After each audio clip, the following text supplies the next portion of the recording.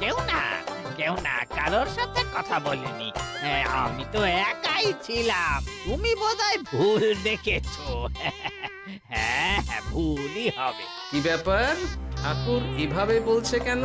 তাহলে কি সত্যি ভুল দেখলাম নাকি অন্য কোনো ব্যাপার আছে? না, পরে দেখতে হচ্ছে। ঠিক আছে, এই আমি যাই গো। হ্যাঁ, অনেক কাজ আছে।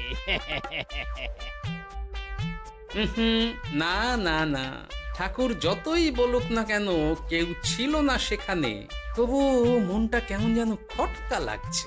যাই হোক, মনে হওয়া নিয়ে তো আর কিছু করা যাবে না। এখন যাই কাজে।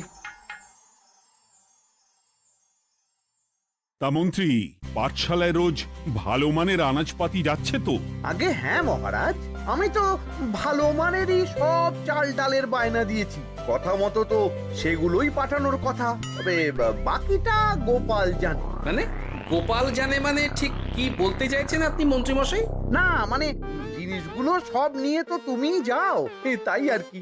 সেটাও করতে হচ্ছে, কারণ মহারাজ আপনার উপর ভরসা করতে পারেন না। আহ গোপাল, ঠিক আছে, আমি বুঝতে পেরেছি। মন্ত্রী, সপ্তাহে সপ্তাহে জিনিসের দাম মিটিয়ে দিচ্ছ তো? হ্যাঁ হ্যাঁ, আগের সপ্তাহের দাম মিটিয়ে দিয়েছি, কিন্তু পরেরটা বাকি। আর মহারাজ বলছিলাম কি, পরের মাস থেকে জিনিসের দাম একটু বাড়তে পারে। কি হলো?